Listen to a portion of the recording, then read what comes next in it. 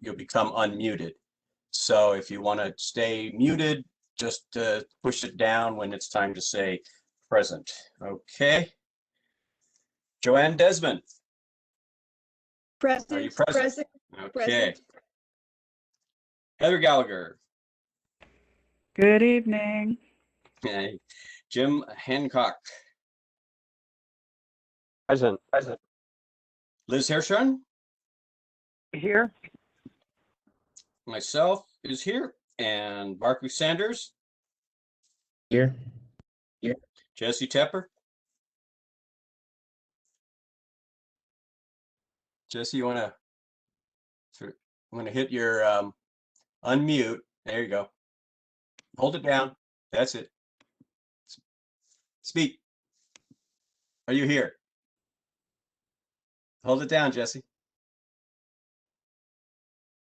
Keep the space bar held down or unmute yourself. There you go. Talk. I'm not getting you. No, you're not coming through. What's wrong with your microphone? No, can't hear a thing. Anybody else can hear him? Okay. What else can you do? Look under your microphone. There's a couple of choices of ways of joining. One might work where the other one doesn't. Jesse, do you see the mute oval down at the bottom of your screen? If you click on that little arrow down, then it will say audio options. And let's see, I'm using my speakers. I believe, yeah, I'm using my system speakers. So sometimes you can rock that back and forth, use a different audio thing. But you can hear us, right? All right. Well, Tim, I'll call Jesse on the side. See if I can help. Okay, so we're good to go. We don't have anybody waiting to speak in the general public comment time. Tim, correct? just want to say, Tim, this is Natalie Bonoit. I just want to say I'm present as well. Good. Thank you. So Kate will announce anybody else coming in. So let's see. That gives us the quorum. So we can make some big decisions. All right. First item on the agenda is approval, our first big decision. Approval of the minutes. Let me have somebody who wants to move approval. So move. Give me a first. Was that a move? This is Jim Hancock's moved. Okay. And throw a second in there just for. I'll second. Okay. So let's have any discussion. Anybody have any corrections to the minutes, comments? Okay. Well, without objections, we will approve the minutes.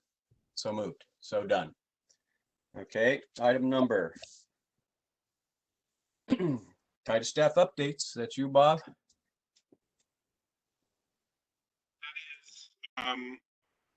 Unfortunately, the island is undergoing a power outage right now. PUC crews are on the way to investigate. This is the second outage in the past month. There was also an outage the evening of March 10th. That outage originated with a transformer serving a specific building, but replacing that transformer resulted in de-energizing all of the 1100 and 1300 series housing. Work on the new primary switchyard is continuing. There were some delivery days, but that work is expected to be completed by mid-April. Additional efforts to improve system reliability are either in process or being evaluated, including more than 10 new transformers have been ordered to replace older or undersized transformers in the residential neighborhood. We also have a new member of the TIDA board, island resident, LaShondra Breston was sworn in for the TIDA board and will be joining us at our April meeting. One Treasure Island completed the 9th cycle of its construction training program last Friday with 13 graduates that will be going to work on the redevelopment program. Construction, the backfill of the causeway is nearing completion, and as are the phase 1 of McCullough roadway improvements. The striping is going in now for the bike lanes and other facilities. The build out of new utilities and roadway infrastructure in the first Treasure Island subphase is continuing, with road base being poured along Avenue C, as well as construction of the retaining wall between Job Corps and the Job Corps property and the development area. And the isolation of utilities in the stage 2 area along California is underway. Also at the front of the island, the cover for the new ferry gangway is being framed out. And I think I've mentioned before that the new float for the ferry facilities is being fabricated in Alameda and is going to be tugged over to the island. The waterside ferry improvements are expected to be completed this summer. In terms of COVID-19, in February we had a COVID testing site on the island that was daily through March 1st. There's weekly testing continuing on Tuesdays from 9 to 2 at the Ship Shape. The DPH opened up a vaccination site on the island on March 27th. That was open again last weekend and will be open tomorrow. So far, they've vaccinated more than 10% of island residents. Additional dates will be determined based on turnout and progress, but the goal is to vaccinate a significant percentage of island residents. And this vaccination center is currently open to island residents, but as we make progress, it may also be opened up to other businesses and individuals on the island. In terms of the lawsuit that on the challenging, or the lawsuit against the Navy and Treasure Island and others, the plaintiffs filed a motion to admit a third amended complaint on February 15th, and a court hearing to consider whether to allow that amendment to the complaint is scheduled for June. In the amended complaint, the lawsuit no longer names One Treasure Island, the John Stewart Company, or the developer as defendants, but focuses on the Navy, its contractors, DTSC, and CDPA, the state oversight agencies, and TIDA as the primary defendants in the lawsuit. But that will obviously play out over several months as we go forward. Nathan, is Nathan on? No, I don't think he's here. Okay. In terms of the Navy cleanup, they mailed out a new flyer to island residents and giving an update on their overall status and works in the field. And they do have a new project that they've begun in the solid waste disposal area west side. That work began in early March and is expected to run into the summer. And this is primarily a cleanup of soil that had been stockpiled from earlier projects, removing weeds and adjusting the the grade within the SWIDA to prevent ponding going forward. So that concludes my report. Okay, any comments or questions? If you want to speak, you can raise your hand, you can unmute yourself, or you can start talking. Those are your choices. Anybody want to address anything Bob had on that? Yeah, Barkley. As Bob called out, we're currently experiencing power outage on Treasure Island, so that may affect other people joining, obviously that are on the board, but also residents. As I've stated before myself, I think personally there needs to be an acceleration of any solution that TIDA is already working to implement for the power outage. I know you guys have your own timeline, but I just really want you guys to understand the impact it is as a resident that lives there. It is extremely frustrating for me, and I've only lived there for 2 years for the amount of power outages that I've experienced, and I can't imagine how much more frustrating it is for the rest of the residents that have lived there for a long time. So I'm just, in a way, begging for more to be done for the residents on Treasure Island, because it's not a lot that we're asking for. We just want reliable power in our community. I want the government to realize the mental impacts, the socioeconomic impacts. It's extremely frustrating. And I know you guys are working on things, but please do more if you can. Okay, Bob, do you know what when is the switch gear and all that stuff supposed to be really done? The new switchgear is supposed to be online within the next 2 weeks. You know, that should improve the reliability quite a bit. But we are still looking at additional measures that we could take to help improve things. As Okay. I mentioned, the new transformers and other changes. Okay, who else wants to address this item? Jesse, did you want to? You could put a chat in if you wanted to, Jesse. Okay, I don't see anybody else who wants to talk on this item. Now we have, yeah, Could I make a second comment? sure. Sorry, this is Ato. I just got Oh, in. okay. Yeah, good. I sent you a text. I sent you an email that we lost the power on the island, and I don't have a charger, unfortunately. So let's see how far I could be online. Okay, good luck. Good to have Yeah. you here. So we're just wrapping up the Bob's report, and anybody else had comments.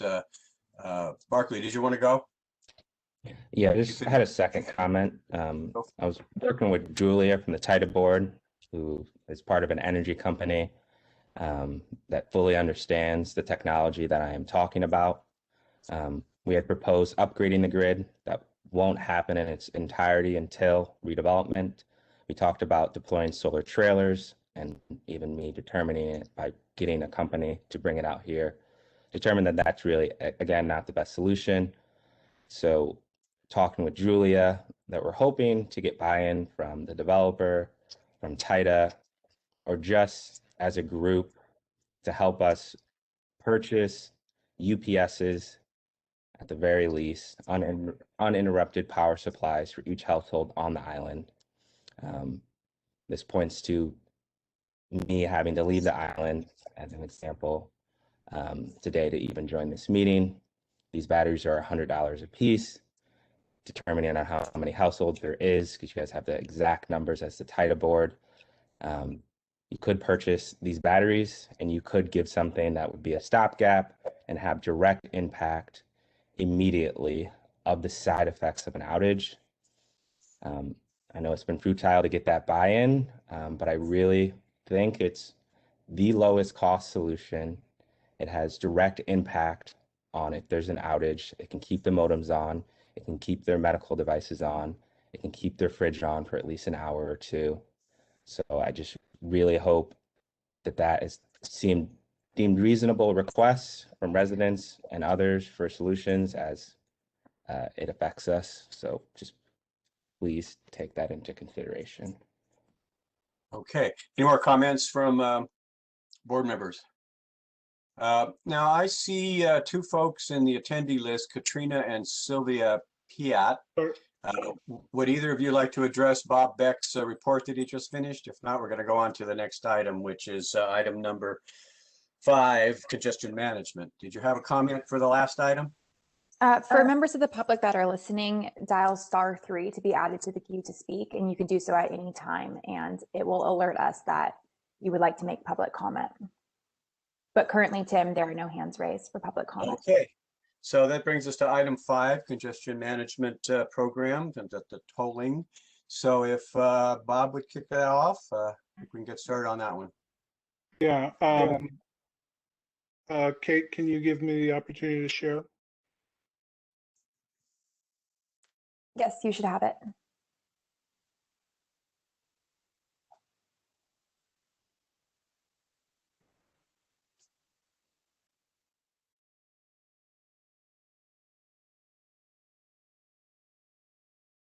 Do people see my screen now? Or, Black.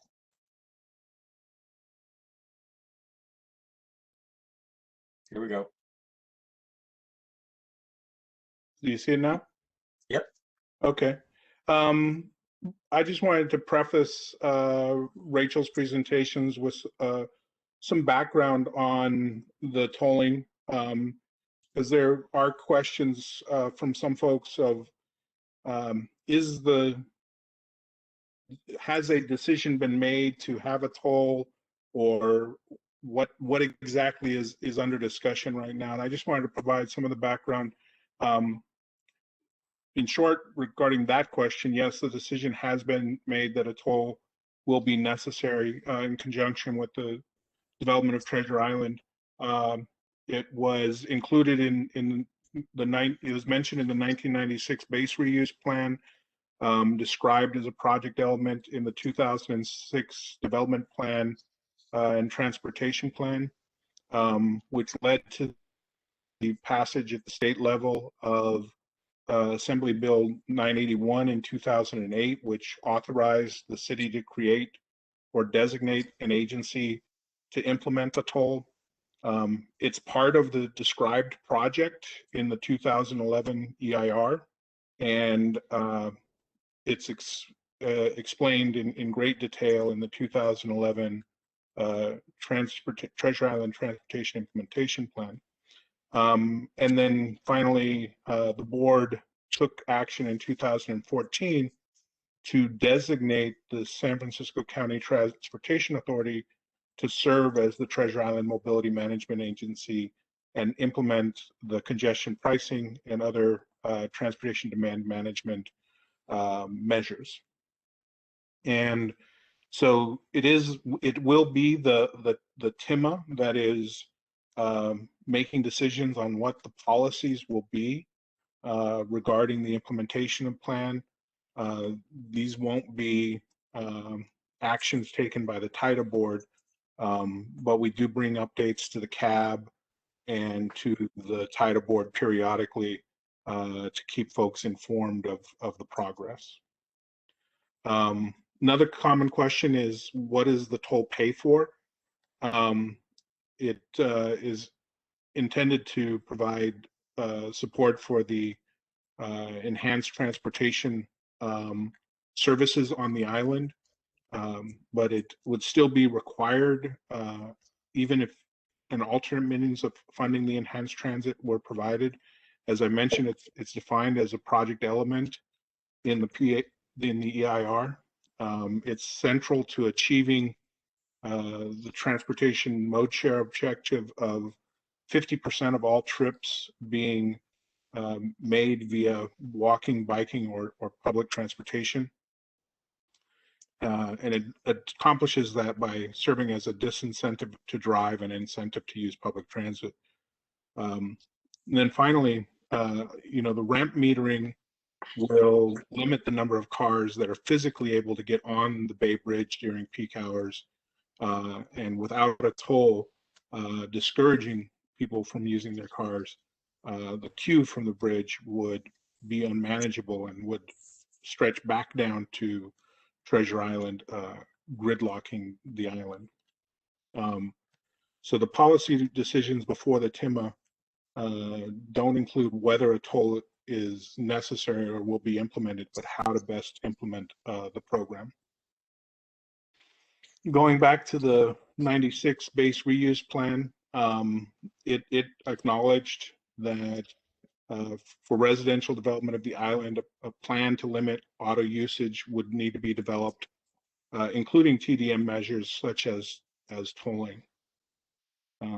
That was then embodied in the development plan in 2006,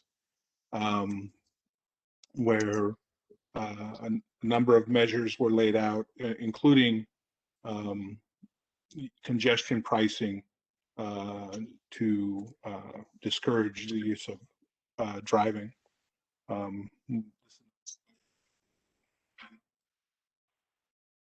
Congestion pricing will be imposed as a disincentive to use for automobile use to increase competitiveness and attractiveness to transit to mitigate generated trips. We're losing your audio, Bob. Oh, okay. I'll try and be careful to speak towards my mic. Okay.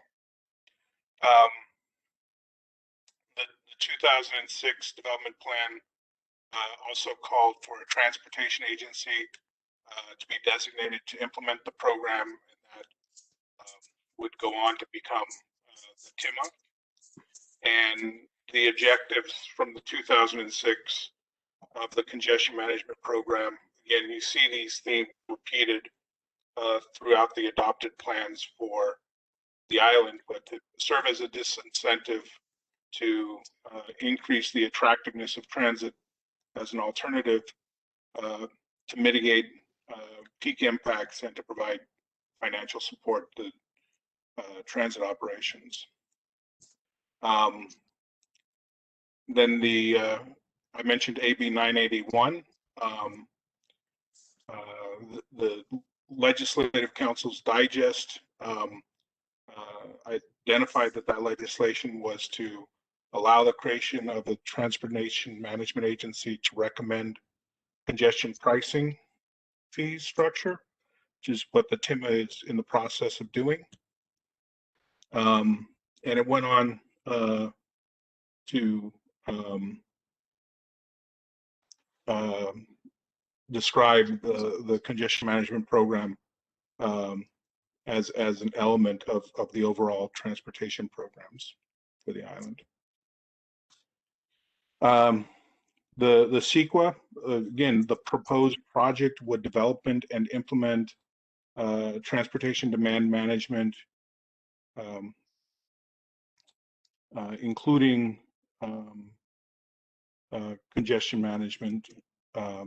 The EIR also described the creation of what was then called the Transportation Management Agency, now called the Mobility Management Agency. And that designation has been made by the Board of Supervisors. And again, the EIR described as part of implementing the proposed project, TIMA would administer a variable congestion fee to access the Bay Bridge. And then the TITIP, the Transportation Implementation Plan that accompanied the 2011 entitlement documents, included implementation of congestion pricing authorized by AB 981. And there's a lot more in the TITIP. Obviously, that's a lengthy document that talks at length about the transportation services and the transportation demand management mechanisms. So I'm providing a couple quotes here, but there's a much more extensive discussion within the TITIP. Again, the objectives, as we've seen through other documents, to be a disincentive for the use of cars, to increase the competitiveness and attractiveness of transit, to mitigate peak period impacts, and to help support the costs of transit operations. And then in 2014, in designating the Transportation Authority to be the TIMA, amongst the policies, the powers that were vested to the Board of Supervisors by AB 91, included adopting amendments to congestion pricing fee structure, and then the resolution by the Board of Supervisors to have the CTA be the policy body for implementing the transportation plan. Another question that comes up is why are these costs not being borne by the developer? The developer is bearing significant costs, including the construction of the new ferry terminal and other infrastructure, the purchase of new AC Transit and Unibuses, as well as the future on-island shuttles.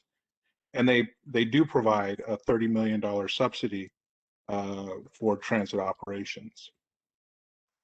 And another question that occasionally there's a misperception that somehow the toll revenue is being directed to reimburse the developer for some of these costs. And that's not the case. It subsidizes principally ferry and AC Transit services, but also funds the on-island shuttle service and transit affordability programs, supports bike share, car share, and other transportation demand management and transit promoting programs.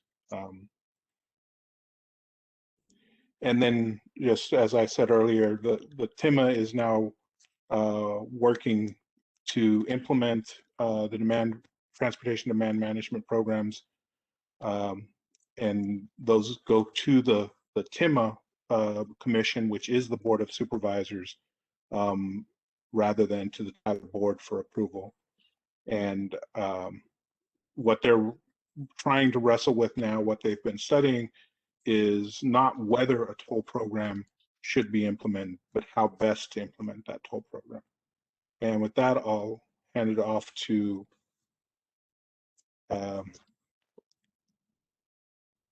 Rachel to give her update. Yeah, that'd be good. If anybody needs to interject anything now, they can, but let's move to Rachel. Yeah. Thank you. Rachel Hyatt, Assistant Deputy for Planning at the SFCTA, also wearing a hat as the Treasure Island Mobility Management Agency, and also my colleague Eric Young is here. He's our Director of Communications, and I will share information that is not too much more of an update that beyond what I presented to the CAB at your December meeting, but a little bit. So I'll skip the pieces that Bob went over about background, and just clarify some aspects of toll policy that have been approved. One thing that our TIMA board approved in 2019 was a exemption for current residents, an exemption to the toll for current residents. So we are in the process of figuring out how that can best be executed when the toll does go in place. Other affordability aspects that the board has asked us to develop and bring back include how to support affordability for current businesses, particularly nonprofits and critical food services. And they've also asked us to evaluate how to support affordability for future low-income travelers. So folks who aren't residents today, but would be low-income residents who move on in the future. What we presented in November or December last year were some next steps on the current resident exemption and the affordability support for businesses. And so I'll just run through those. We are in the process of doing outreach right now on these proposals before bringing them back to the TIMA board.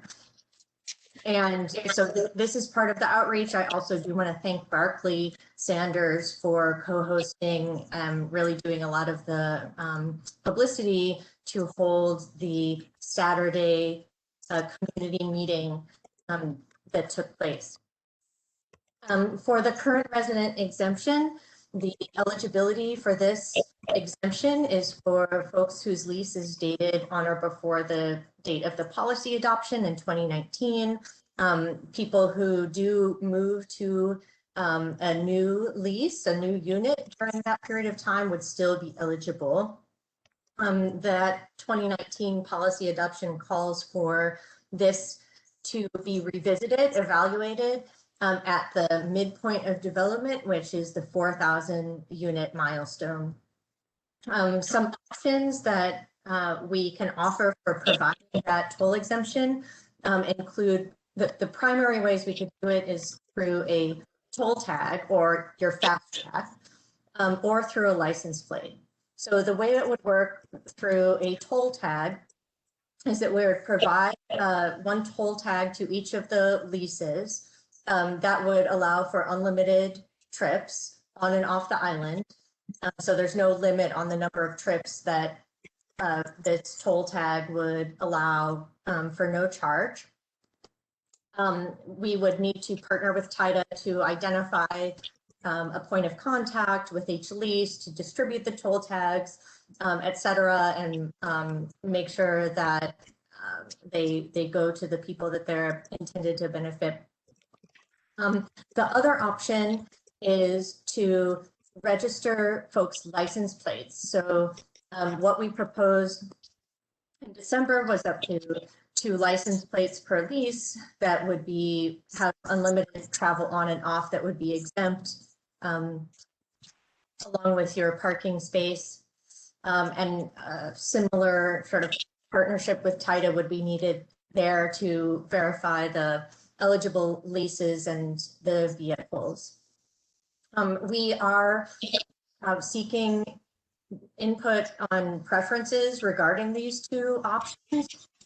And folks have received a survey. All the homes on the island received a survey. If you need more surveys, you can contact us at this website or take the survey online there for residents. We're trying to collect surveys by this Friday so that we can summarize what we hear and present that feedback back to the board. One of the things that we've heard so far is a question about households that have more than 2 drivers or more than 2 cars, and whether, what can we do for those households that have more than 2 cars? Is there a way to provide additional exemptions? For businesses, we proposed also 2 different options. The eligibility is for the One Treasure Island member organizations, the nonprofits, and for the food service institutions on the island. We recommended that the board evaluate and revise the policy if needed at the quarter milestone of development, so about 2,000 or 2,500 units. The 2 options are a cash-based option and also a toll tag-based option.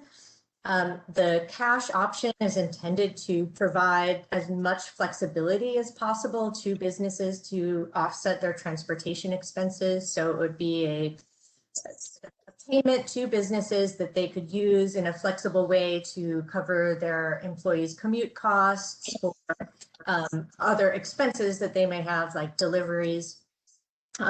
Businesses wouldn't be required to handle, or distribute toll tags. We proposed a way of scaling the amount of that stipend based on the number of employees. And of course, that amount couldn't be finalized until the toll amount is finalized, because it's meant to cover the principle, or the intent behind it was to cover the commute costs of the employees. So 5 times a week or 5 days a week, 2 trips a day. If it, multiply that by whatever the toll rate ends up being, and that's what we proposed. We would need to partner with TIDA to verify, again, which businesses, which leases, and the person to distribute the funding. And then it would be up to the businesses to tell us how many employees they have, and then distribute the stipend among their transportation expenses as they choose. The second option would be something really directed. The intent here was to direct the benefit towards low-income workers, and this would mirror a resident exemption that uses toll tags, but the amount would be different because it would be, again, scaled to cover commute costs. So instead of being an unlimited amount, it would be 5 times a week times 2 trips, on and off per day times the peak toll level. The difference here in what businesses would need to do is that you would basically provide the toll tags to the businesses for their workers, but they would then need to distribute them to their workers and manage the sort of recovery and redistribution of the toll tags when they have changes in employment. I think this is more along those lines. So we described in December that our next step with these proposals was to conduct outreach, and that's the phase that we're in now. We're in the midst of that outreach. And the survey is still open, and we do have business events that we're hoping to set up that are still to come. Also, down the line, we, after better understanding the needs around these 2 affordability policies, we'll further develop proposals for future households who are low income, and also bring those back to the TIMA board, work coordinating that work and sort of developing it in parallel with our work on downtown San Francisco congestion pricing.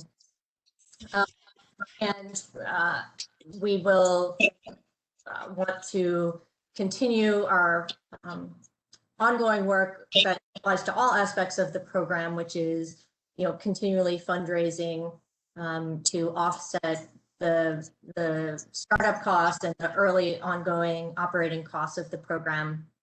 This is our anticipated schedule at this time, our anticipated timeframe for the outreach to residents and businesses. We plan to synthesize and summarize the results of the survey for this month, and we can bring that back. And we propose to have some focused conversations with businesses to understand their feedback on the business affordability proposals in the coming months. Work to align our recommendations for future low-income households with the work that we're doing to develop downtown San Francisco congestion pricing study recommendations, and then bring this all back to the TIMA committee for their consideration. It looks like after the August recess is when we'd probably be in a position to do that at this point. So thank you for having me back, and also thank you very much to Barclay Sanders for organizing and co-hosting the Saturday meeting, and happy to take any questions. Okay, great. I'm going to open it up for questions and comments. You can pull your thing down. Okay, I see you all now. So it's open for member comment. Who wants to comment? Yeah, this is Atta. Okay, go. Rachel, thank you very much, by the way, for the meeting. I know you were under lots of pressures with all the crosstalks and everything that was happening. I think some of the issues that came up as far as the businesses are concerned. So I'm here, I'm wearing multiple hats. Obviously, I'm the CAB member. I'm a resident on the island for over 20 years, and I'm a Commodore of the Treasure Island Yacht Club. So businesses like us, it's the lifeline of our business are visiting customers. And not as much of the people are working. And I could speak about the same thing too about Treasure Island restaurants, Marseille and Aristoteles. And so what are the solutions for them? And alongside of that, on private cars and private contractors working for Coast Guard. So the Coast Guard is one part, and another one is on ongoing businesses. So if the customer is not going to pay another coming from, for example, from Oakland, and they're already paying $5 or $6, and now they're paying another $10, that's right at the back is about $18 just coming to the restaurants. Yeah, Comment for that. Yeah, thanks, Atta. So for the Coast Guard, I think that how the Coast Guard is handled, we do understand needs to be dealt with separately because there is potentially, we were looking into federal law that actually addresses how federal vehicles need to be handled. So that's a separate item that we're looking into. For non-federal uses like the restaurants, the motivation for the sort of the cash option was based on thoughts we heard from the restaurants that their preference was to have a flexible benefit that, we know that there's all different, I guess, there's different kinds of, there's the nonprofits, which have employees, and then they also have some service providers who come, so it's more employee based is their need, and the restaurants are different. They have some employees, but they also have deliveries and customers. So the intent with that was to come up with something that was flexible, that wasn't pinned into one type of use or another, but that could be used in a flexible manner based on the employer's discretion. Well, I have a follow-up question if I may. So the follow-up question is, it's assuming that we are giving all these benefits to nonprofits and restaurants and residents, well, then what is the incentives of reducing the traffic? It seems to me the traffic's, if the incentive is going away, and one and it's the resident is going to be suffering, the business is going to be suffering. On the other hand, if we're getting the basically a discount or no fee, then it really won't affect anything on the island's traffic. I mean, on the bridge traffic. So if the idea is reducing coming to the island or going out of the island, I guess the question is, we are really concerned people are leaving the island, right, and coming to the island. And if this is the case, so what is the incentive of having a toll? Yeah. Now everybody's, half of the people are not going to. Right. Well, so the incentive part is the new alternatives that are funded in part by this revenue, which is the new ferry service to and from downtown San Francisco and the new East Bay service direct to and from the East Bay. So the toll and the new transit are linked together, and they would be implemented at the same time because they are part of a single mobility program. That was always how it was envisioned. And so the new ferry service would start as well as the new East Bay service. Thank you. Okay, well, does that answer that, Atta? I mean, there's a limit to how many subsidies we can give, right? Because we need the money to support these other things. So anyway, well, let's open it up. Somebody else get in here. We can come back to you, Atta. Who else wants to have a comment or question on this? I'd like to. Oh, you're working, Jesse? Can I be heard? Yeah, we hear you. Okay, Rachel, thank you very much for all the information about how the internals are going to work.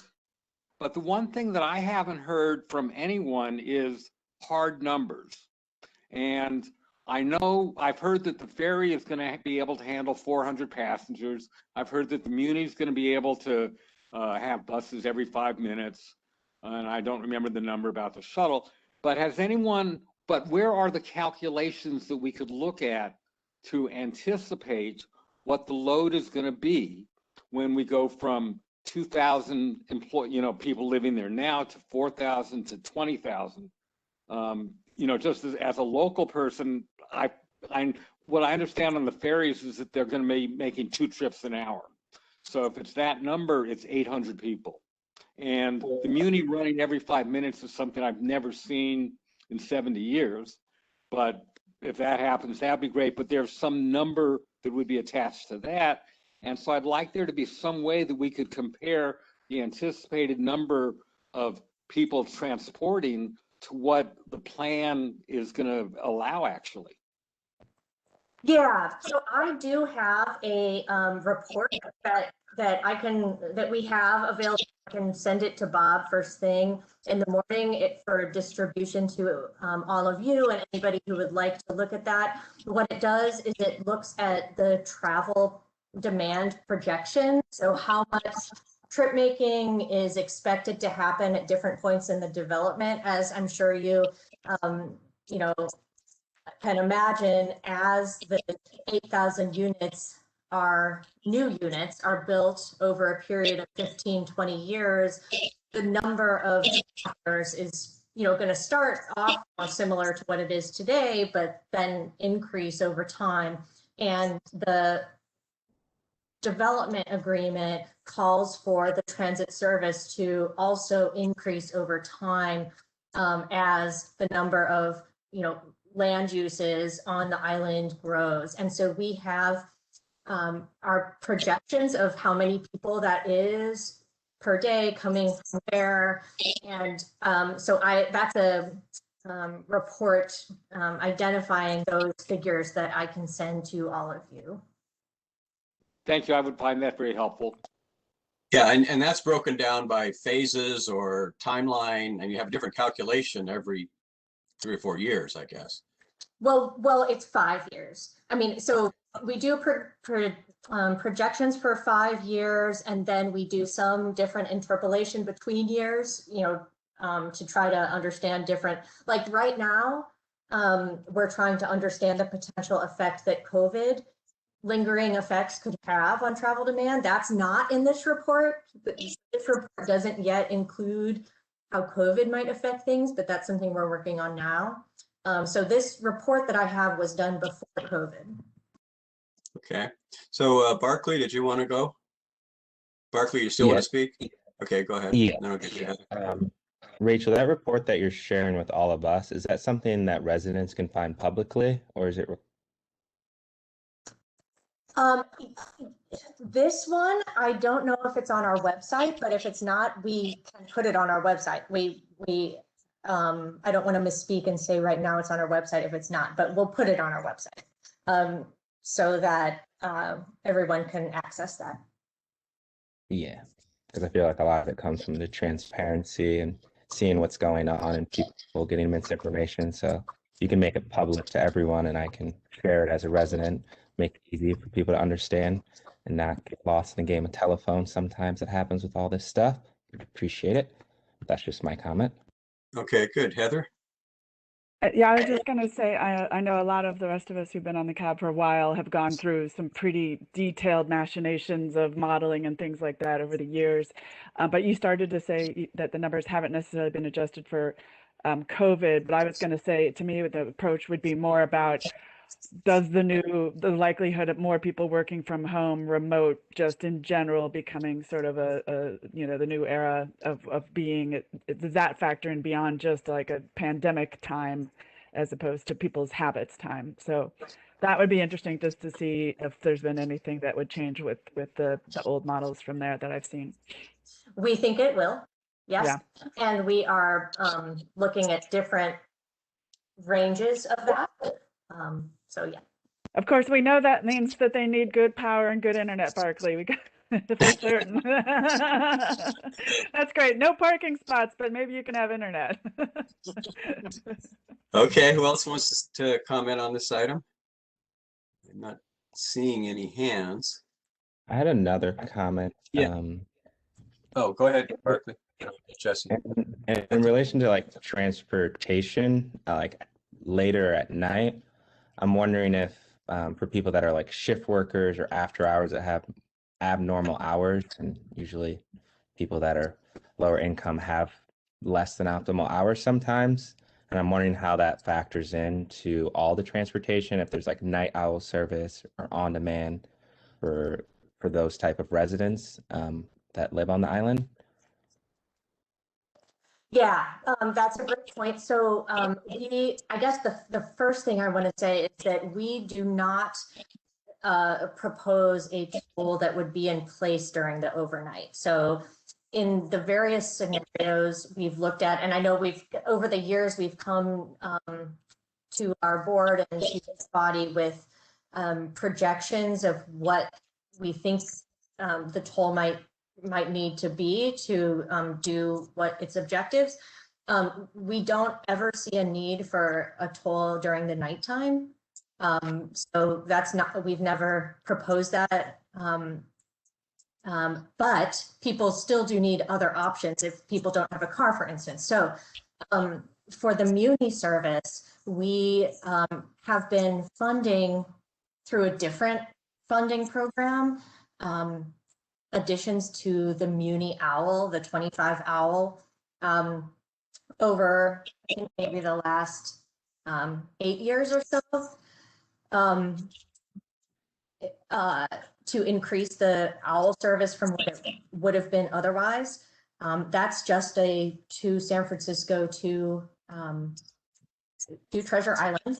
I think for a direct East Bay service that's overnight, that is something right now that still would not be funded under the current projection, service plans that are around. So I think that what I'm hearing is basically a call to find out how we can increase late night service, which is something we have already identified as a need and are funding it separately, and can continue to identify if there's other ways that we can do something like direct to East Bay, which is not something that is funded right now. And also just want to explain that we do not see, has never proposed that the toll would be in place during the nighttime hours. Okay, who else wants to talk? Seeing anybody? Oh, Jesse, you had your hand up before. But now we can't hear you. Okay, now you can hear me? Absolutely.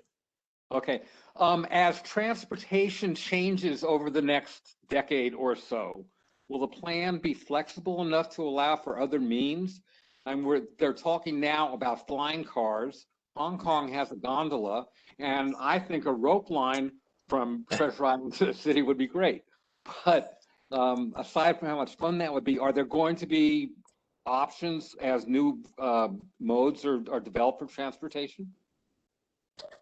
So the TIMA board will, part of the authorizing legislation calls for the TIMA board to monitor and call for changes to the program as development goes on and then into the future, and will be, the board of supervisors overseeing the program under statute for foreseeable future. So they will be decision makers, that we as staff, we are obligated to bring reports. And in fact, the authorizing legislation requires evaluations to be brought at certain points to evaluate how well the program's working or where improvements or changes need to be made.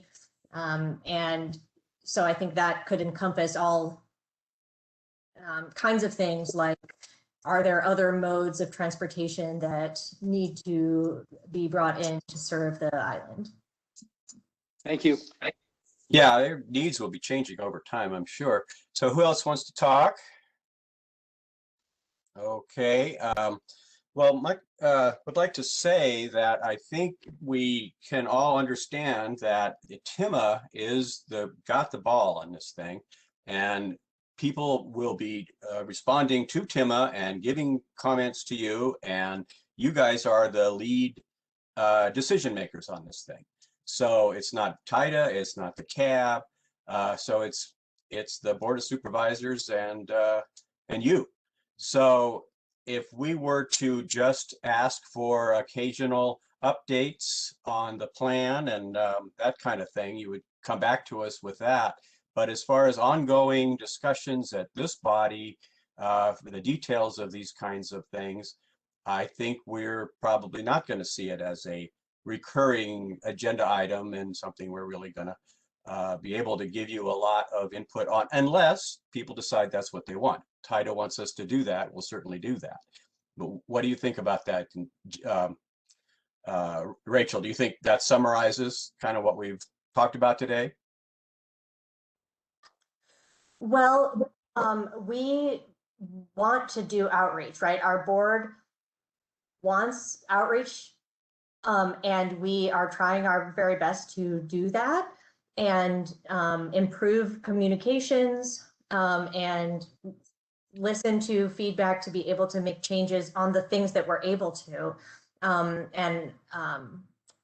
So I think our board does expect us to, and we would like to actually have updates to this body and hear feedback from this body when your agendas allow, just because it's useful, and we're happy to come anytime. And also things like, the relationships like the meeting that Barclay was able to help arrange. I mean, I think that was really important to be able to work directly with island residents and businesses to have communication. So we appreciate that and would like to continue that. Well, then I would leave it at your call. We're here at your disposal. You want to get on our agenda, then you know how to do that. And we'll look forward to seeing an update on this. I'm sure we'll want to see it within the next 6 months or so and see how you're progressing. And if anything we can do to help that along. Okay, does anybody have any comments to follow on that?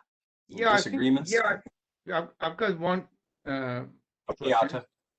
Sorry about that. It's okay. So one thing is regarding to the Coast Guard. Well, there are federal employees, but there is also private cars that are contractors, and that's the norm and almost in every. So and people change their cars and stuff. So it's probably, this is something that you want to think about it, that those are private cars and not a federal issue licenses. So that's one. Another one is regarding to no, that one escaped from my mind and I was trying to sort out. So one of the things that came up during the discussions for the last few days, and I'm getting the feedback from others that they're digging more into this kind of document. In one of the discussion came up that the Board of Supervisors decided that until 2027 that we're going to meet again to decide about the fate or the implementations of the toll. But in your emails and what we're getting from the John Stewart, that this program is up and running by 2023. So what is the discrepancy here? I think what it is that what you may be referring to is the policy from the board to evaluate the resident exemption and how well it's working and whether changes are needed at the 2027 milestone. So The development midpoint. So 2027 is the time that they're going to review the tour policy, or they're going to review the build up of the new apartments. That 2027, which is that's when we project, TIDA projects that we will, or they will reach the 4,000 new unit milestone. So 4,000 new units, or the midpoint of development. And that's when the board adopted the current resident exemption. They said the program will be evaluated at the midpoint, which is projected to be 2027. And that means the current resident exemption. So do we need to make changes to it? I thought the midpoint is actually further than that. 2027 is on the quarter. I defer to Bob on the projections of development build out. And so here's another question is, so built up is one thing, but actually having tenants is another thing. Mm-hmm. And so it seems to me everything hinges on built up. So what happens if you build up all those places and nobody comes because of the restriction they see, economic downturn, or whatever reason? So how is that going to affect the team? Because right now it seems to me everything based on the build up and not on the tenants. And the whole focus on the model is number of the cars, not number of apartments built. So you're right that obviously those are different things. And we are I mentioned that we're doing some work to try to take into account the effect of the pandemic and the economic impacts that it's had, and how recovery might look, and how occupancy of new units could be different from the building of new units, and what effects that could have. Yes, we definitely recognize that difference, and over the next years, that could be a significant difference in travel, new travel. And we don't have those projections done yet, but that's something we're working on, and we can share those when we have them. It'll be like an update to this report I mentioned that, describes how much travel we expect. It would be like an update to that report. Yeah, but I'm saying that I guess what I'm asking is this: we're working with two different parameters. One is for the implementation of the toll based on the midpoint construction, but your model is based on justifying all the stuff is based on the traffic. These are two different things. We understand that. Did you have a comment on that? So Atta, just to be clear, Atta, the first new residents will come to the island early in 2023. And the TIMA wants to adopt all of the toll policies so that the toll policies are known and in place when new residents come to the island. All of the infrastructure to begin the tolling won't be in place until 2024, when the West Side Bridges project is completed up on Yerba Buena Island. And so tolling would not begin until that point. The policy that was adopted to provide the toll exemption to current residents would be reevaluated at the midpoint of development, which is estimated to be 27.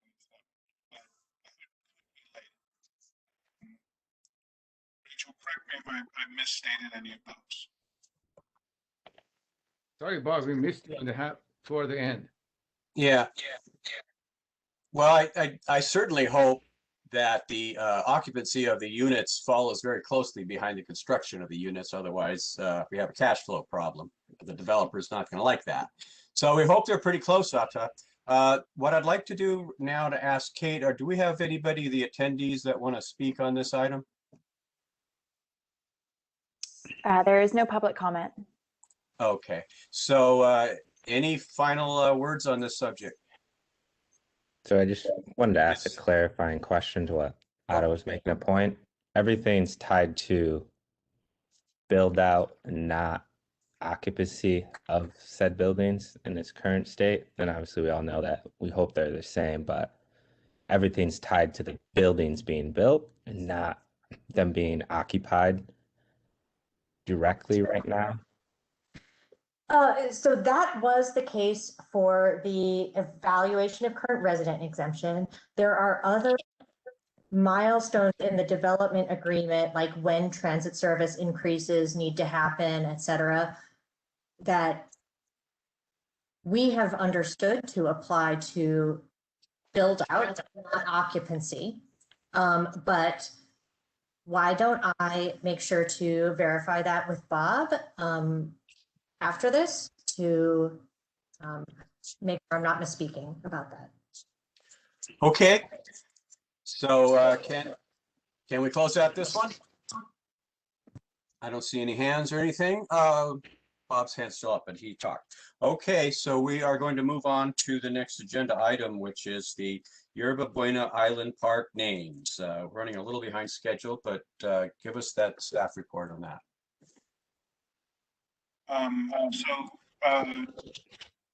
We had this also in December at the CAB, and the team needs to start fabricating signage for the parks and ordering those types of things. So we will be taking the parks names to the TIDA board for adoption. The Yerba Buena Parks names for adoption next week. So wanted to bring it back to the CAB just to let you know where things were before the board took action. So with that, Jing Ing from Treasure Island Community Development will do the presentation. Okay. Thank you, Bob.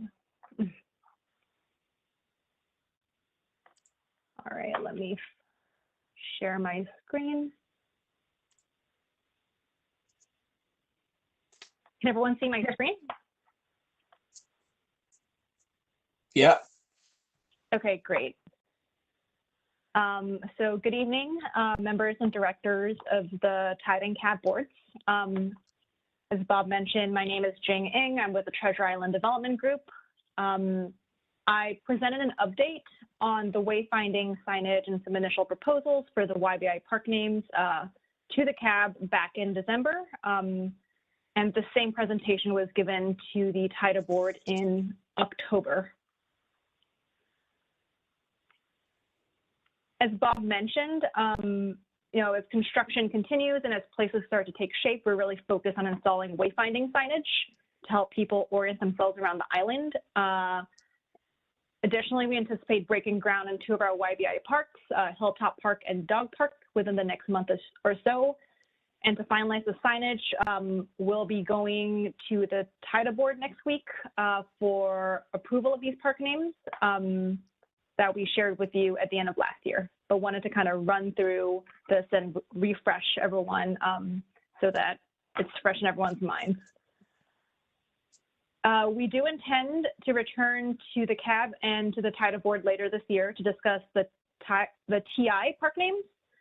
So today's presentation is really focused on the Yerba Buena Island park names.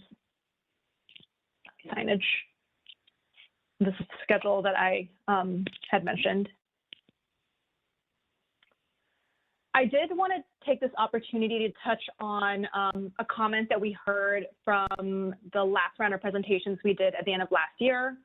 One of the comments was about finding a way to honor or reference the history from the Port Chicago trial. We've discussed this internally, and we think that the best way to really reference this is to include some interpretive signage, and we're proposing that be at Hilltop Park West to be designed by Hood Studio with assistance from Walt Belofsky from the Treasure Island Museum.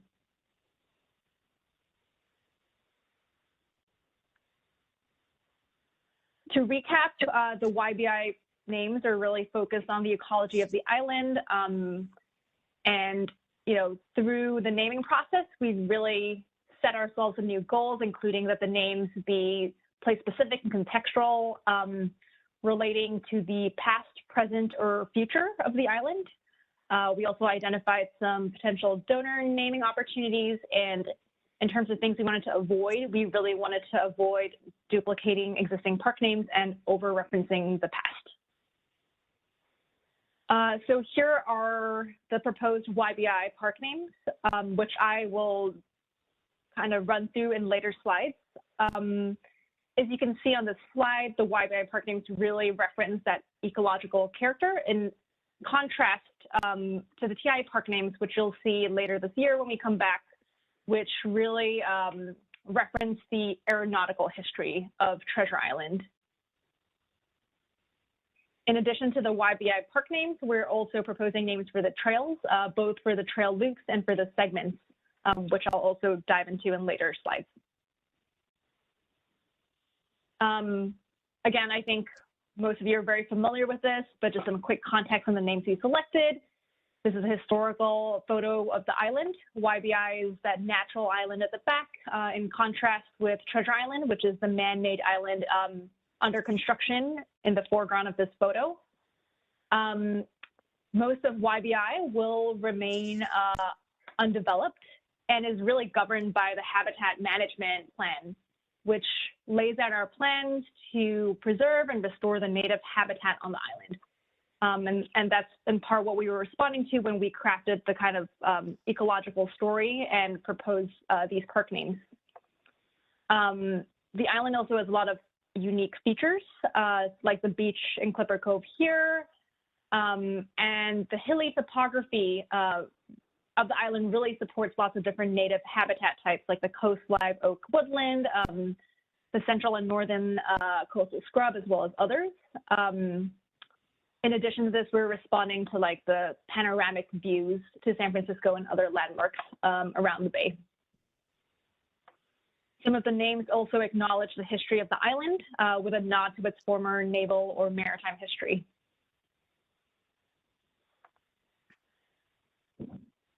So as we develop the names for the island, we wanted to acknowledge all the different characters on this island. There are quite a few. And so we developed a few themes you can see on this slide. There are names that call out the specific flora and fauna of the island, names that reference the geography and geology of the island, historic names,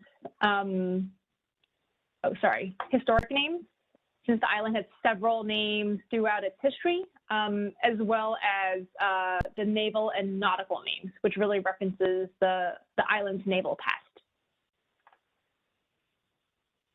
So now I'll walk through the names fairly quickly, starting at Hilltop Park, which is the two peaks on the island. We are proposing that they become Infinity Point and Signal Point. The park is split into two halves that each sit on a high point and have its own lookout and characters to respond to, so hence the two separate names. Both names reference the large features on each side, so which really become the landmarks. So for Signal Point, that's a reference to the signal tower existing on the site now. And Hilltop West, or Infinity Point, is a reference to the Sugimoto sculpture in the park, which is called Point of Infinity.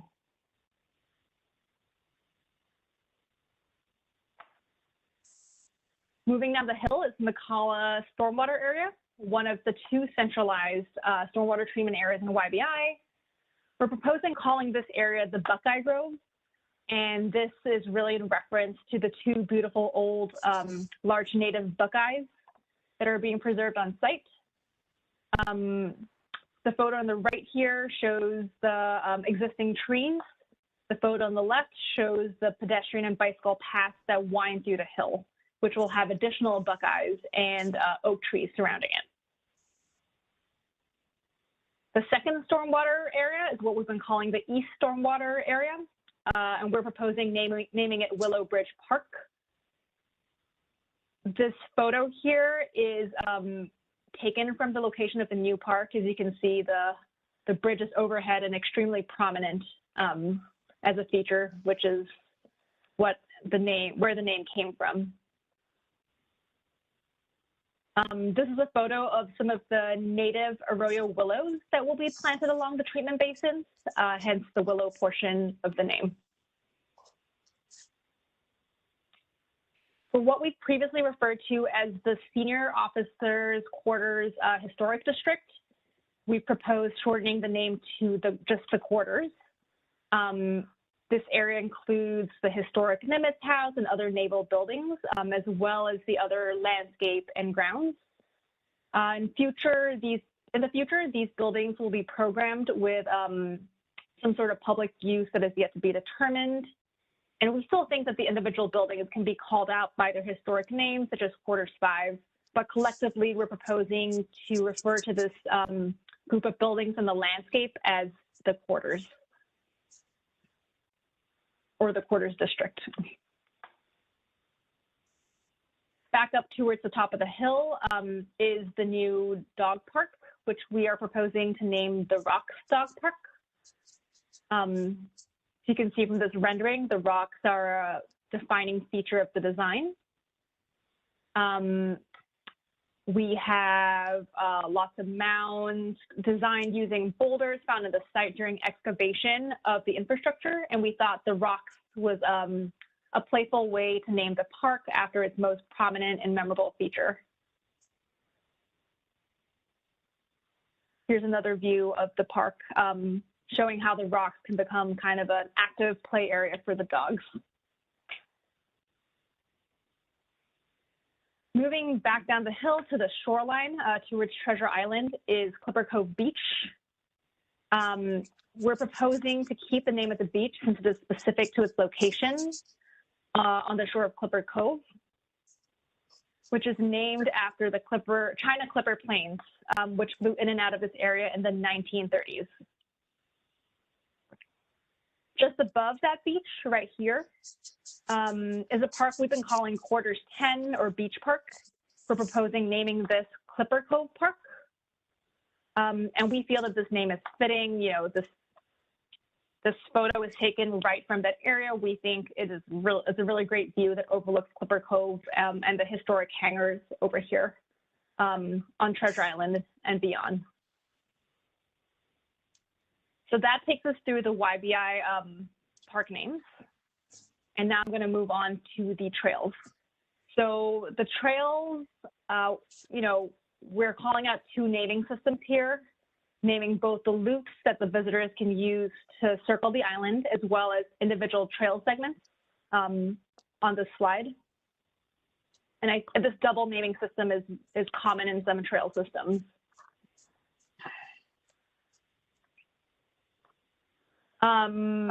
So the Daybreak Loop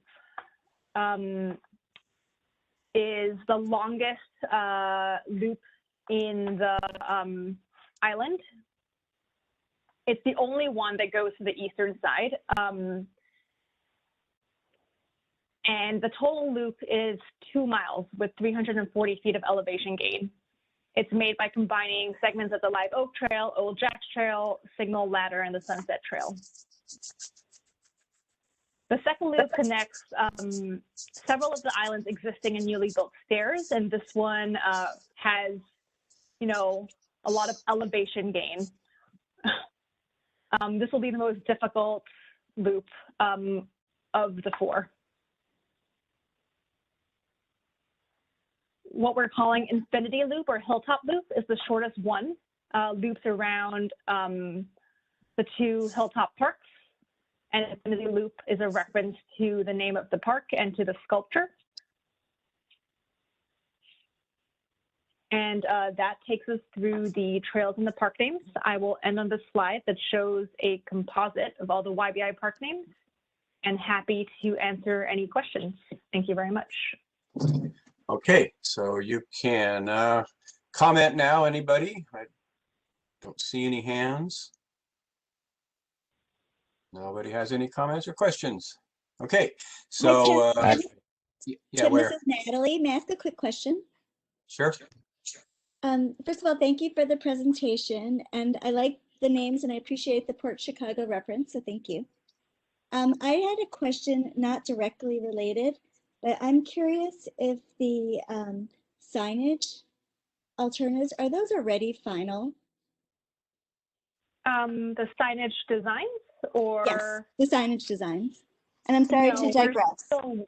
We're still working through the package for the signage, but I think as part of that process, we did want to finalize the names. I see. And just a quick question based on the last presentation. The ones that were promoted were pretty formal, and I'm just curious if there are other more potentially dynamic signage design alternatives that are being evaluated. Could you please explain a little more in terms of like dynamic? I think be helpful for us to kind of talk through. I certainly don't want to throw a wrench in the plan. It's only when you said there was still a potential discussion of it. But when we last saw it, and I know that this is not the agenda topic, so I don't want to digress too much, but it just looked very formal, a little corporate, and it is such a dynamic process, and it's I love the work that has been happening on that element, and so I'm just putting in a plug that if that is still in process, to view some potential less formal alternatives, if that is still conceivable. Okay, that is good feedback. I think the intention with the signage was really to set up a framework and structure for how these would look and really provide opportunity when we get into the graphic design for kind of more playful or dynamic opportunities. But definitely appreciate the feedback, and we can discuss and consider that with our designers. All right, well, thank you so much. Okay, I see Liz Hirschhorn has her hand up here. Do you want to speak, Liz? Liz? Yes, I do. I was just unmuting. Thank you. Thank you, Jing, for the presentation. And I have two comments. One, when we saw this last, we had the same names, and there was a CAB comment, which I agreed with. It wasn't my comment, but someone commented that, you know, these are not the most exciting names. And I thought that you were going back to revisit it, and what's come here today looks like just the same names that were here, whatever it was, 6 months ago. So that's just a comment that I still encourage you to consider a little more dynamic naming. And then my specific comment is on the senior officers' quarters, calling it the quarters, that the district is registered with the National Registry of Historically Significant Places, and it's registered as SOQHD. And so calling it the quarters, I think that could be an informal nickname, but I think SOQHD needs to remain because that's how it's registered on the National Registry. That's all I had. Thank you. Okay, I see Barkley's hand went away. Atta has her hand up, his hand up. Yes, Atta, well, thank you. Yes, that was a really great presentation. I was wondering, what is the total miles of path on Yerba Buena Island? Ooh, total miles of path on Yerba Buena Island. Right, I don't have that exact statistic for you. I think we did a tally of all the different loops and how long they were individually, but I don't think we've actually summed up all the discrete trails. I mean, all the loops look like they're between like 1 and 2 miles, but I can circle back with that number for you. That would be great, because I noticed you had it at 2 miles and you also had the 0.8 miles. That's right. Yeah. Okay, Barkley, do you want to talk?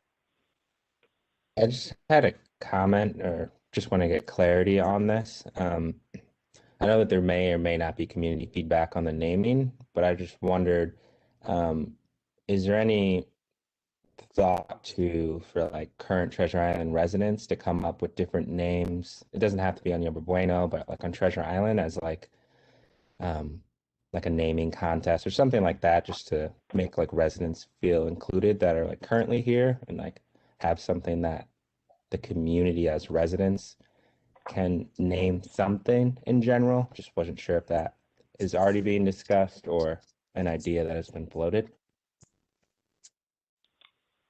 So I will have to defer to Bob or Liz for this one. I think I'm unfamiliar with the process that took place before I joined TIDG.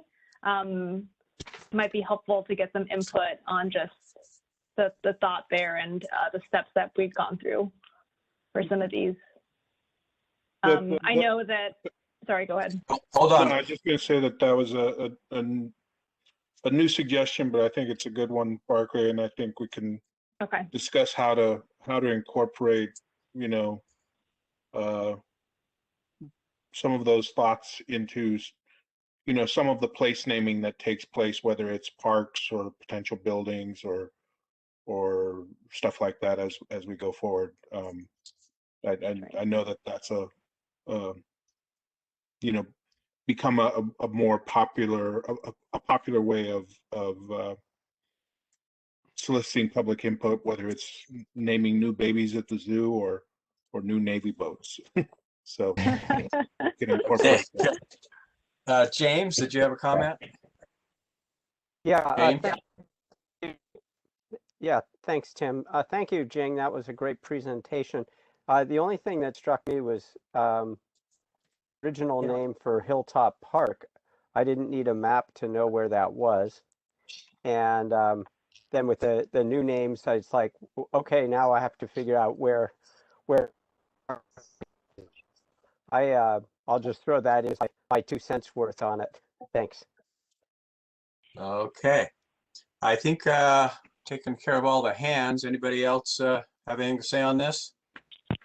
I do. I'll just, I do believe the idea of having the residents possibly come up with names for some elements came up numerous times, but I just wanted to restate that the use of the word torpedo for part of the trail, like, I know that there's significant military history of the park, but I just really believe we can do better than to name things after weapons of mass destruction and war and things like that. So I'm just gonna keep saying it until the sign's up, and then I'll be like, whatever. But there it is.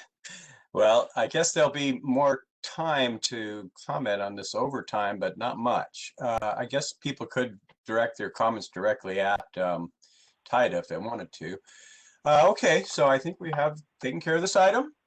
I don't see anybody that wants to talk on it from the public. So we will now go on to the next item, which is number 7, discussion of cab priorities. And we are a little behind schedule. Okay, open for discussion.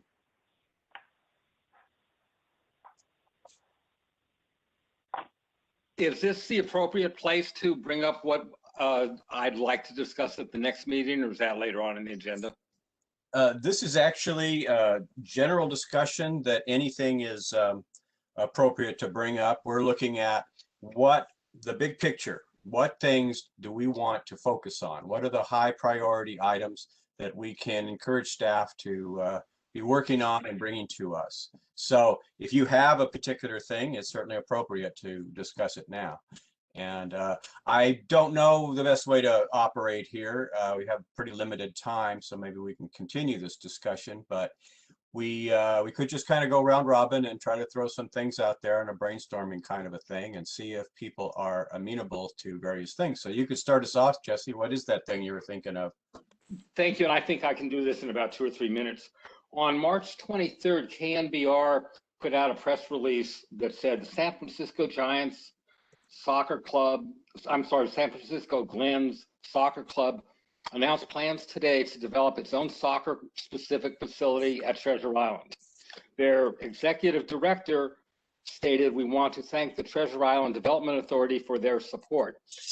And I've been on the board since 2016 and been trying to arrange some sort of way of working with TIDA and everybody else to continue the fields that are there or expand them, especially the Little League fields, and have been met with total, it's not going to happen now. You've got to wait a couple of years. So I'd like to see if we could discuss that process and the substance at the next meeting. Specifically Little League fields or well, I'm a representative for athletic fields, but I'm focusing mostly on the Little League fields. Yes. So, okay. Well, it's certainly appropriate to bring that up. The I don't know if anybody else has thoughts on that. It's pretty specific. You're thinking that we need to get some direction to staff now in terms of having those fields, or they're kind of, are they designated now as where they're going to be? What I keep being, I'm sorry, go ahead, Bob. No, I was going to say, yeah, I because of the press coverage that got, I should have included a discussion of that in my director's report, but yeah, we can discuss that project and kind of the timeline for permanent field development on the island as a topic at next month or a future meeting. Okay, well, that's good. Then it's that's the kind of thing that I'm looking for, is what people think. What kinds of things are the burning issues that people have at this point? I mean, so far we pretty much, staff brings it to us, and that's what we do. So if we want to get out ahead of things, now's our chance to talk about it. Hi, Tim. This is Yeah. Natalie.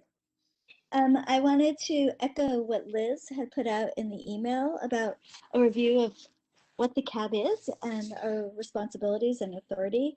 I like how I appreciate what Liz wrote, and I would like to echo that should be, I'd like to see that as a future agenda item. Where is that document? Not sure what. It was in an email that Liz had sent as a topic. Well, okay. We're talking about it now. It was in response to a discussion of tolling, and I think it would help to have a higher level, go up to 30,000 feet, about what the purpose of the CAB is and what topics are relevant for us to bring up here. Well, now's the time.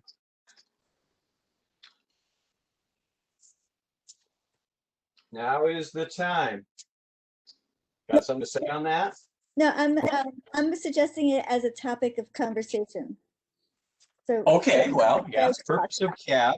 That would be an excellent topic of discussion.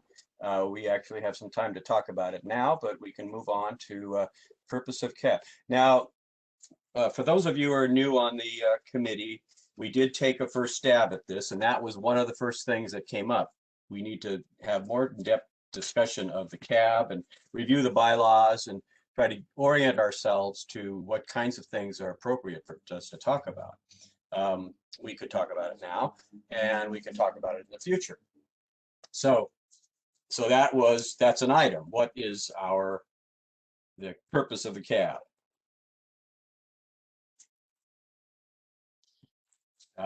Let's see.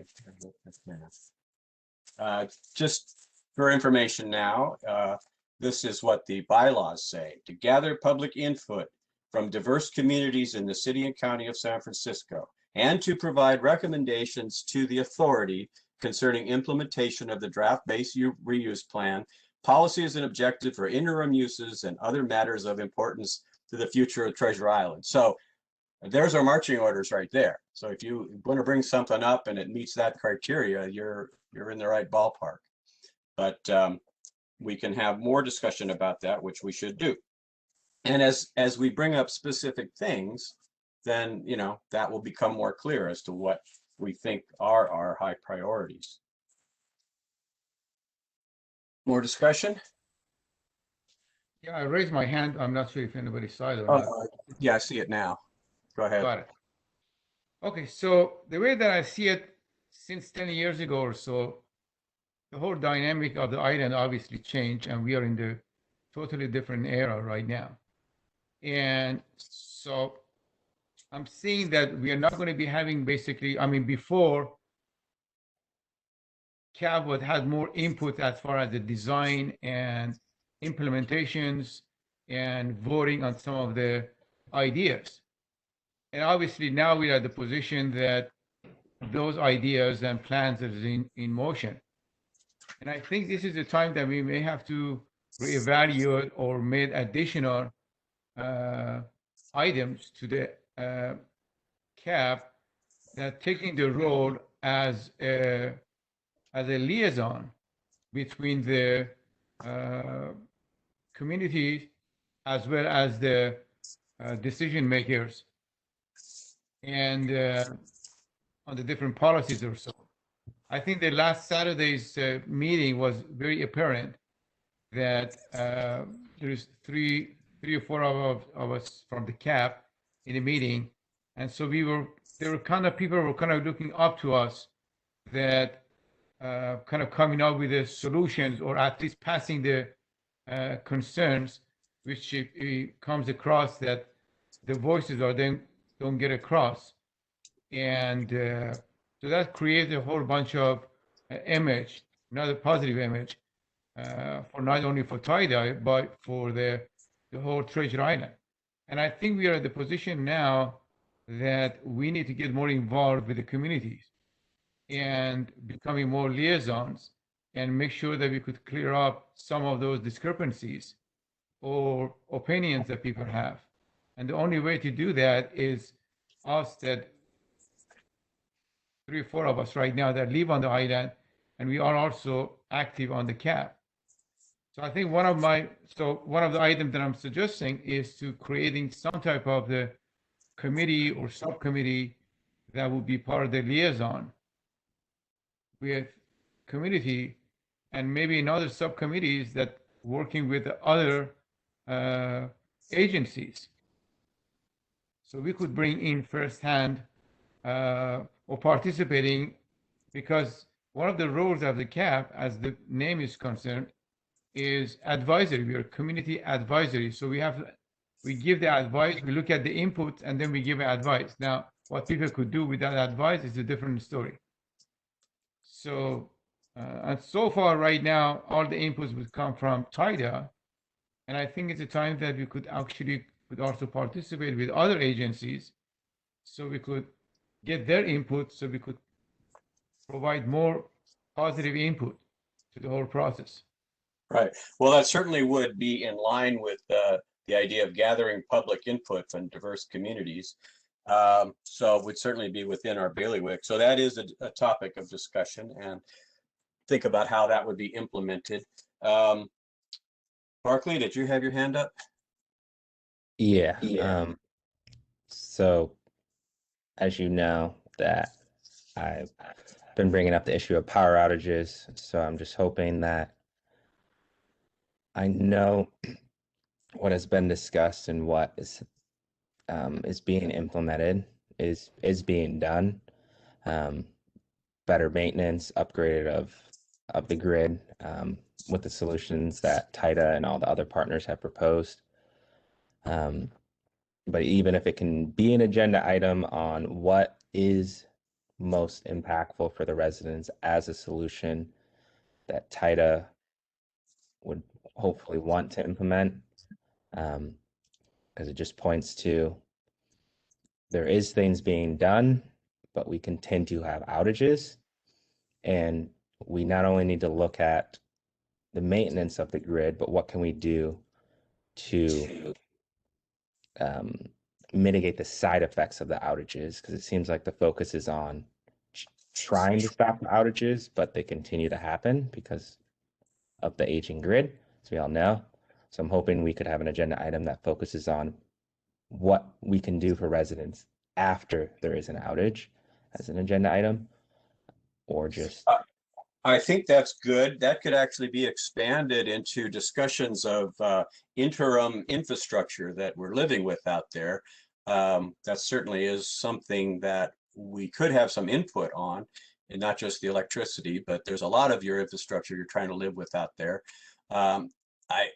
It's really, to me, it's a situation that staff really has to deal with. I mean, they know they've got to keep all these things going. So you know, it's not like they are not aware of the problem or we have any great solutions to it, but it's certainly a good topic of discussion and fits within our bylaws. Does anybody else have any follow on to what Barclay's talking about?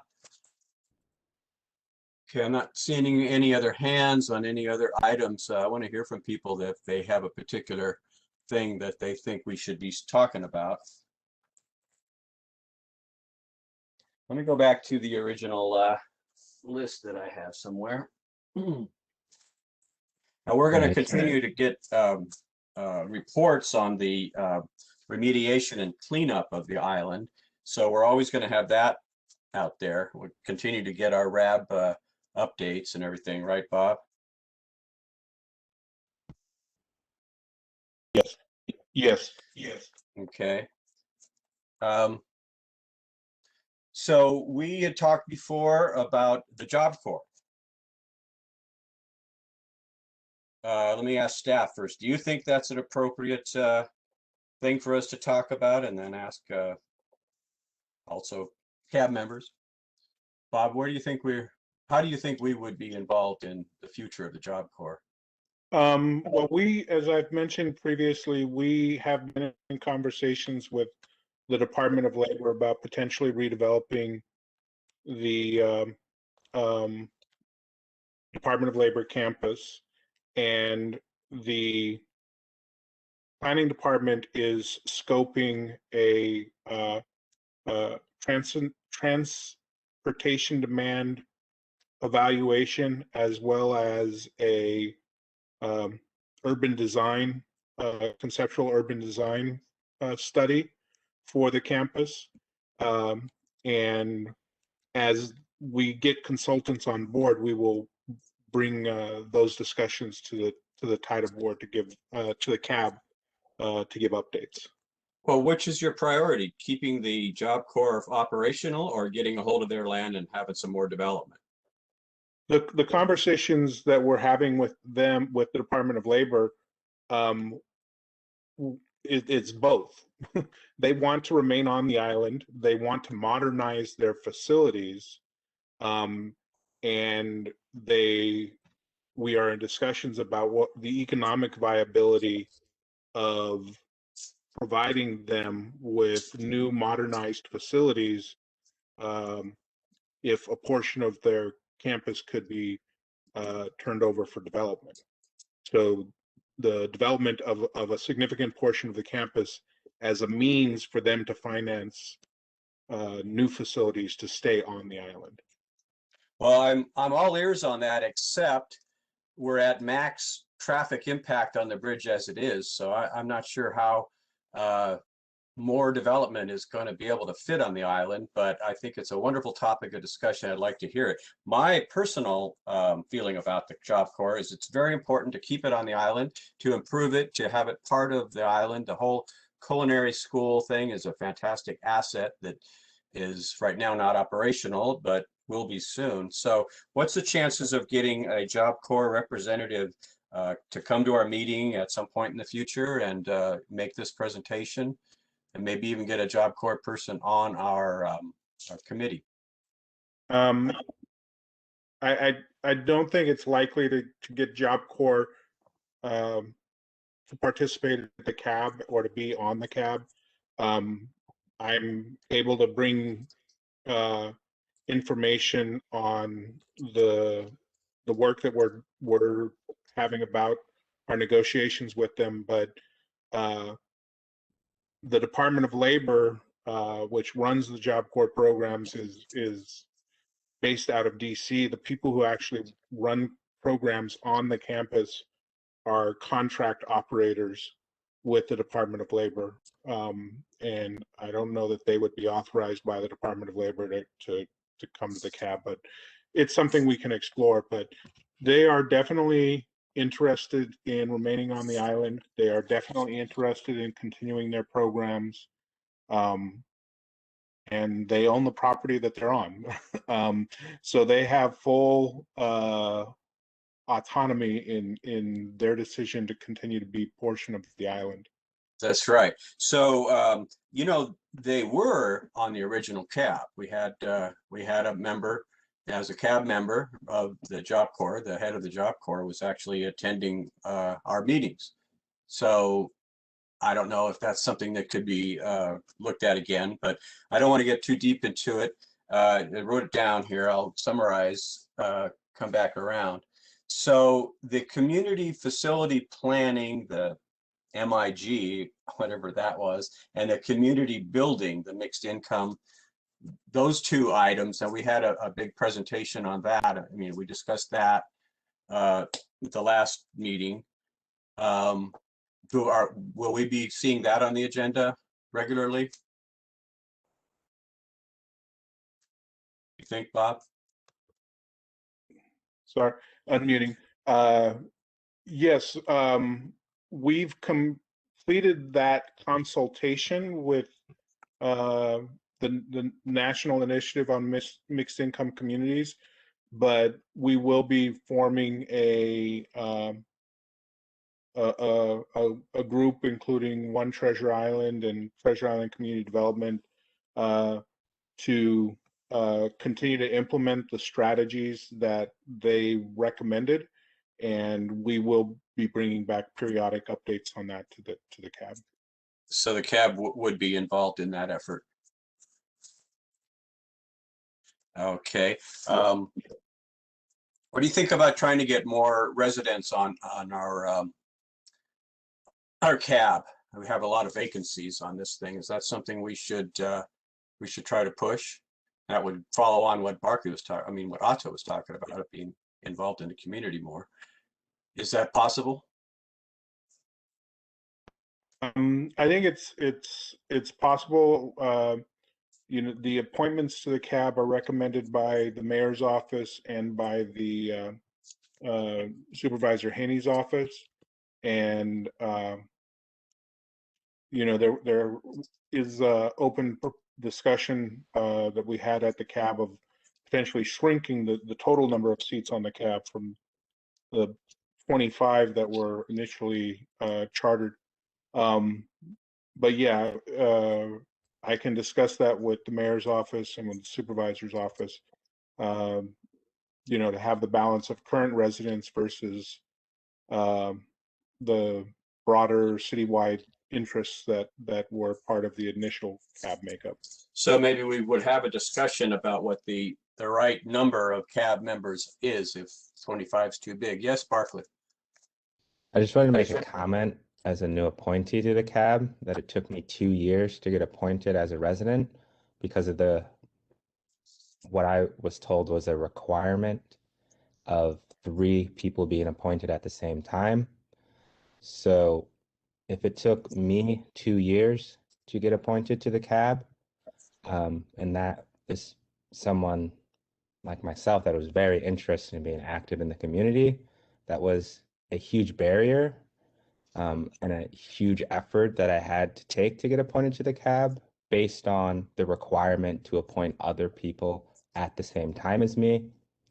So I just wanted to note that if we are trying to grow the CAB, then we probably don't want it to take 2 years to appoint more members that are residents and lower the barriers and work with whoever sets the rules and the ways that it works to just make it easier, because even for myself it was a little difficult, and I just want to make that comment.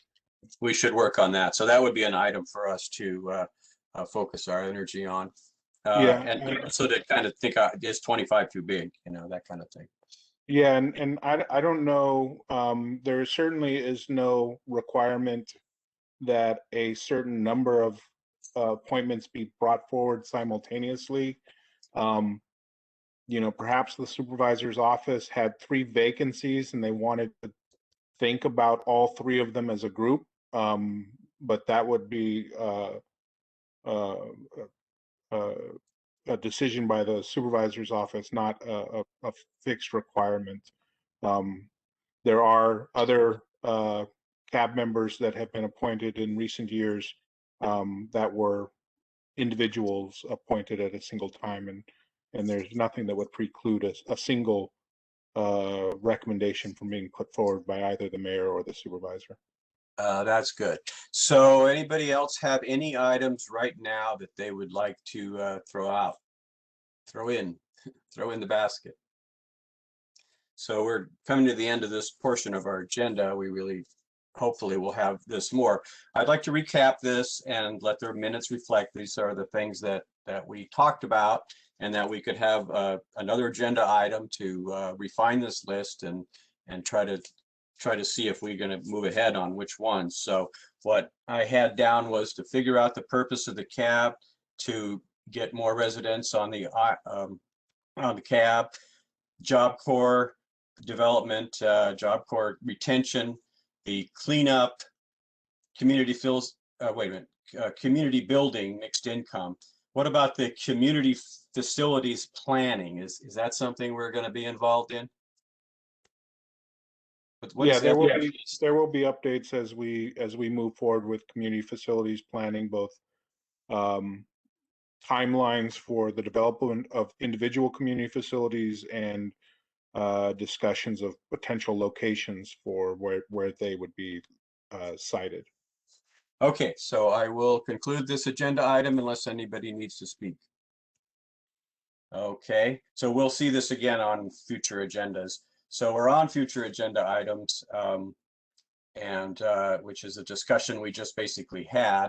Is there anybody who wants to add anything to that list? Any that will be on the agenda for next time? Bob, what do you see as a priority that will happen? When do you think our next meeting will be, and what kinds of things you think we'll be looking at?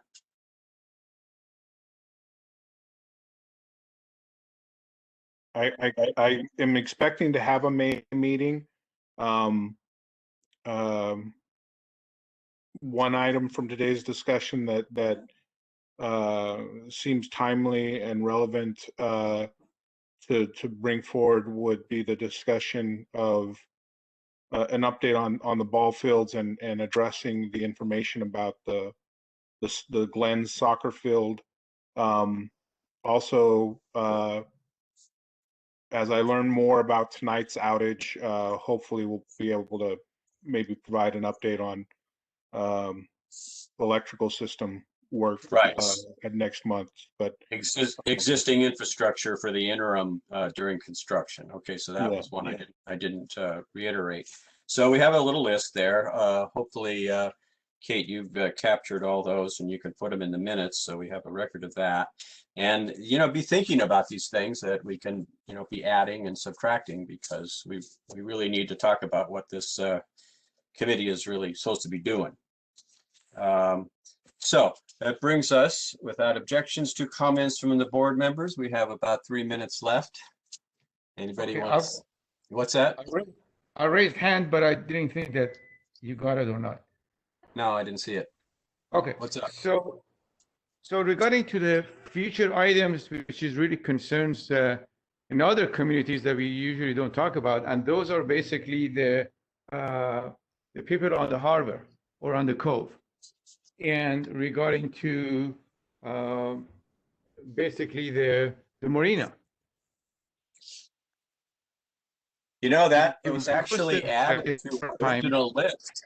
That was subsequently added to our list in December, and that I'm all for that to get involved in the marina and make sure that is progressing along the way you want it. So that's another good thing to put on our list. Yeah, just to point out on this one here is because we are the residents living in the island, we basically have the first-hand some of the difficulties and challenges. For example, somebody just fell down on the water 2 weeks ago in one of the slips that really badly needs to be fixed, and the Coast Guard has to come and rescue him. Wow. So we need to find out what is the state of this one here. Well, I've got my boat there. Obviously, I have a vested interest. And so that's one issue. Another issue is, again, being the residents here for the future. On the low-income housing, for example, there's no provision for dryer and washers. Whereas on the regular housing communities, people do have that option. Now, given the COVID situation, this is actually a health and safety issue. So again, as an advisor, we really have to have some kind of say so in this type of development activities and safety and health part of the islands in future. Does anybody have any comments on what Ata just said? You're a ball of fire, guys. Okay, well, you know, that's good to throw on the list, and we'll see if we're going to get that fine grained in our review of the interior of these units. So look forward to hearing about that. Any more? Yes, Barkley. I had a question. Generally, when these meetings are canceled or scheduled, I'm just trying to better understand who makes that determination. As just like an example, over the last year, when COVID hit, there was no CAB meetings until December. And I'm just generally wondering how that comes to a choice, either to not have a meeting or have one. I know that has. Bob, you want to answer that for me? Yeah, Barkley. Largely, it's a decision made by TIDA staff in consultation with the chair on whether or not we have relevant issues to present to the CAB at the time. You know, we do try and also track information that's being taken to the TIDA board, particularly things that are around you know, aspects of the development program, that if we're bringing something to the TIDA board, we would bring it here. But quite often our board meetings are, you know, routine business of, you know, awarding contracts or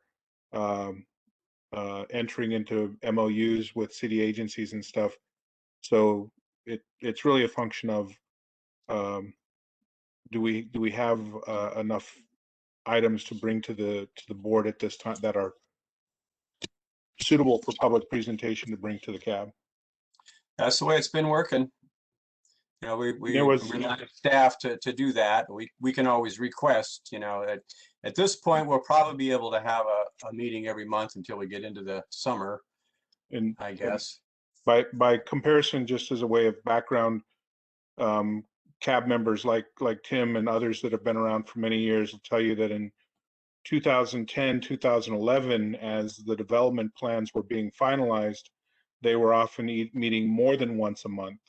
And then after the development plans were adopted and there was litigation over CEQA and other things, you were meeting maybe twice a year. Right. And so, and then beginning in 2015, as the design work to implement the development plans really geared up, that's when we started meeting much more frequently again. Right. Thanks for that clarity. Just wanted to understand that history of how the meetings go or not, because it was just kind of obviously I wasn't on the board last year and didn't get appointed until later in the year, so it was just I was trying to be involved in the meetings and they weren't happening, so I was just wondering why. So thanks for that explanation. Yeah. And also under COVID, things evolved in terms of even the TIDA board. Initially, we were directed to not even include informational updates to the TIDA board, that the only things that should be on the TIDA board agenda were things that were requiring immediate action. So in the March, April, May, well, the March meeting was canceled, but in the April, May, June, July timeframe, we were only taking action items to the TIDA board. We weren't having any kind of informational discussions. Okay, well, that brings us to 8 o'clock, 8:03 to be precise. Anybody have one last thing to say? Well, thank you very much. Meeting adjourned. We will see you the 4th of May. Yes. Yeah, thanks all. Thank you. Thank you. Thank you, everybody.